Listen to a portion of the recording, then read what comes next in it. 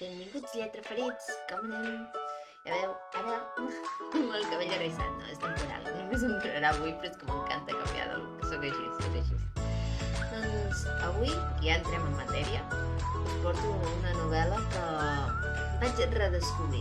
Ja l'havia llegida quan era més joveneta, no sé exactament quan, però vaig anar a veure la pel·lícula al cine fa relativament poc i vaig pensar, ostres, li he de donar una altra oportunitat a aquest llibre perquè potser el vaig llegir una mica massa d'hora, però ara realment he de dir que em va agradar molt, ja us estic avançant al final.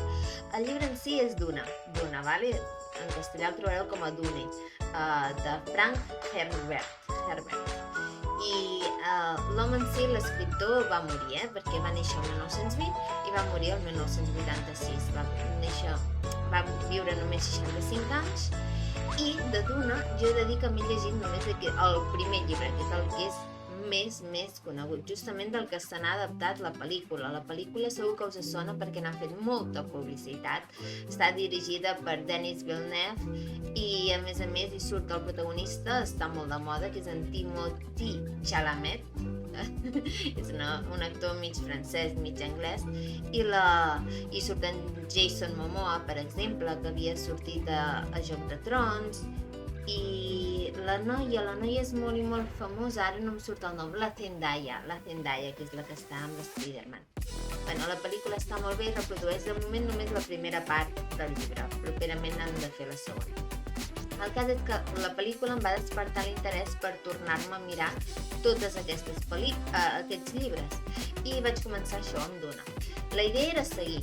Després tindríem el Messies de Duna, els fills de Duna, el déu emperador de Duna, heretges de Duna i la casa capitular de Duna. Per tant, estem parlant d'una saga de 6 llibres. Us explicaré que no ho he fet. Bàsicament m'he llegit el primer i crec que ho deixarem fins aquí.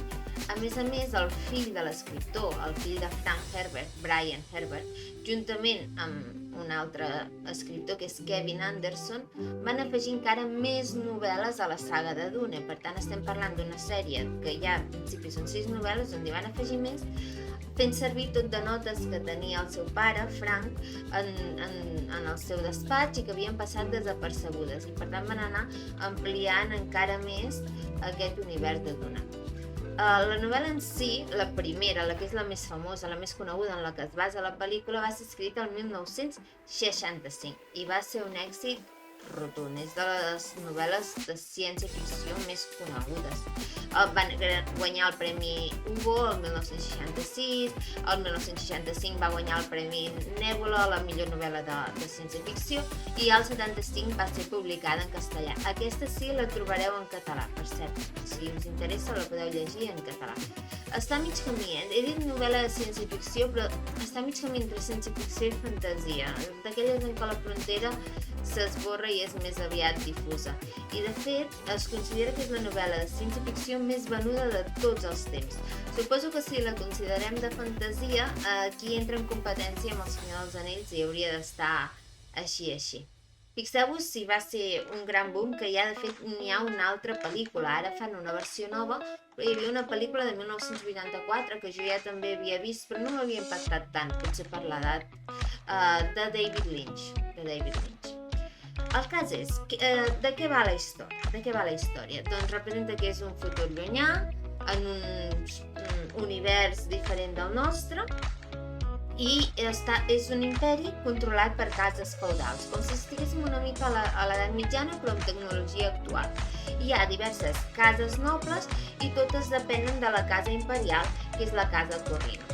El protagonista es diu Paul Atreides i és el fill d'un duc que es diu Leto Atreides. Per tant, com a ducs que són, deuen obediència a l'emperador. I l'emperador els encomana una missió i és que han d'anar al planeta Arrakis. El planeta Arrakis és un planeta especialment dur, que és bàsicament un planeta desert. No desert de que no hi viu ningú, sinó desert de que no hi ha aigua, de que tot és sorra, dunes, etc. D'aquí el nom de la saga. I el que té aquest planeta és que és ric en una espècie més aviat és quasi com una droga, no? Perquè ens entenguem, però bé, ells en anomenen una espècie que es diu melange i que és molt important i és molt valuosa per tot l'univers. I a partir d'aquí la novel·la entrecreua diversos interessos polítics, econòmics, religiosos, etc. i les emocions humanes. Tot centrat a partir d'aquest personatge que és en Paul, la seva família, com s'adapten a aquest planeta, en els habitants d'aquest planeta, les relacions de poder entre les cases nobles i l'emperador, etc. No vull dir gaire res més perquè si no de seguida us faria spoiler i no és el que pretenc. Jo només vull despertar l'interès sense explicar-vos de què va la història. No és fàcil, no és fàcil. A veure, ja us avanço que la novel·la m'ha agradat. Comencem doncs a dir per què m'ha agradat. El primer que m'ha sorprès i no recordava de la novel·la és que té unes cites literàries molt i molt potents. D'aquelles que et llegeixes un fragment i després te'l vols tornar a llegir per dir, ostres, aquesta frase m'agradaria recordar-la. Us en llegeixo algun, a veure si per exemple enteneu a què em refereixo. Qualsevol camí, si se segueix fins al final, no condueix exactament a cap lloc. Escaleu tan sols una mica la muntanya per comprovar que sigui una muntanya, però des del cim de la muntanya no podreu veure la muntanya. Són frases que, aquesta sembla més aviat un proverbi d'aquests xinesos, no?, que et fa pensar. Però fixeu-vos en algun altre. Qui és el que desprecies? Per això seràs conegut. Me fa gràcia. M'han agradat molt aquestes frases, la veritat.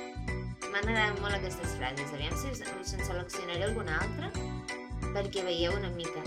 Qui és el fill, sinó l'extensió del pare? Són frases que a mi m'ha fet pensar. N'hi ha moltes més, a la novel·la. De fet, veig que és bastant coneguda per aquest tipus de cites. Després, el tipus de personatges. M'ha agradat bastant.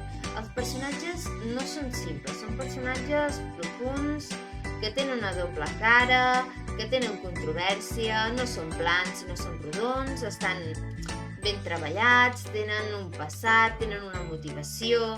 M'agrada perquè són complexes, estan treballats. I a part d'això, l'altre punt és el món. El món que els envolta, on situem aquests personatges, també està molt i molt treballat i resulta molt interessant. Especialment em centraré en Arrakis, no? Perquè m'entengueu que és el planeta nou on han d'anar. En el planeta Arrakis hi ha uns personatges, per exemple, que es diuen Freemen. Podríem dir-ne homes lliures, no, traduït, que són els que habiten enmig del desert. Doncs descobrir la cultura d'aquests Freemen és apassionant.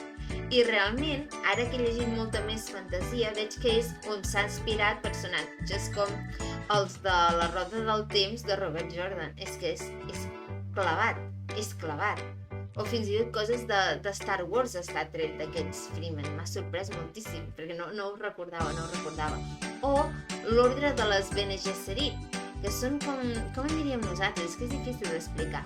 Són unes sacerdotesses màgiques que tenen un poder, però el poder és més com de visualització, no?, del futur, etc. I que alhora es basen en una base científica en què interseccionant diverses famílies genèticament volen arribar a un ésser que serà superior a elles, que tindrà més poder, tindrà més coneixement. És complicat d'entendre sense fer-vos spoilers, però més o menys diria això.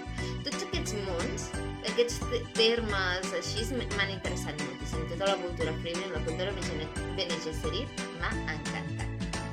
En canvi, anem a trobar-hi els contres, perquè evidentment té contres, com tot. És que sentimentalment em resulta poc emotiu.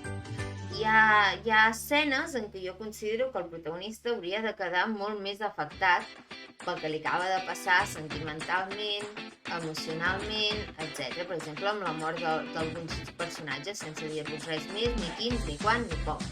I això fa que em costa molt empatitzar amb aquest protagonista. Em costa molt empatitzar-hi. De més a més, a la història en si té salts temporals, alguns una mica forçats. Saltem de cop i volta 2 anys, després potser en saltem 5, i sembla que en algun moment la història es dilata i avança molt lenta i de cop i volta, pum, el ritme decreix i en 2 pàgines ha canviat tot. I això m'estranya una mica, em costa. Ja m'havia passat també amb la roda del temps, que hi havia moments en què el ritme es quedava completament alentit i després de cop i volta és com que ho volien recuperar. Això això em sobta de la novel·la, però tampoc ho veig un problema gran. El problema més gran des del meu punt de vista, per mi, ha sigut el protagonista. Ja us he dit, per una banda m'ha costat molt empatitzar-hi, però és que l'altre és que crec que el protagonista no està plantejat des d'una vessant humana. Evidentment es tracta d'una persona, però a mesura que avança la història, cada vegada em resulta un personatge menys humà. És com un Superman, perquè ens entengueu. Jo sempre he tingut problemes amb el superheroi de Superman, perquè no hi puc empatitzar, perquè no és un personatge que el vegi fal·lible. És un personatge que està per sobre de tot, per sobre del bé i del mal, perquè és com intacable, no fa mai res malament.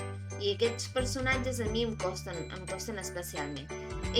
Amb tot això és pel que he decidit que jo estic molt contenta amb aquesta primera novel·la, però no seguiré llegint les 6 altres novel·les, perquè si aquesta ja al final sembla que feia un pèl pesada, doncs crec que tot l'univers de dones podria ser fins i tot excessiu.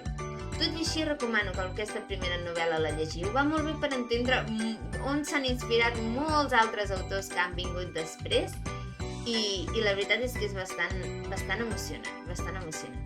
Espero que us hagi agradat. Recordeu-me que... Recordeu-me, no, a mi no m'heu de recordar, jo us ho recordo a vosaltres. Em podeu seguir a Instagram, em podeu seguir a Twitter.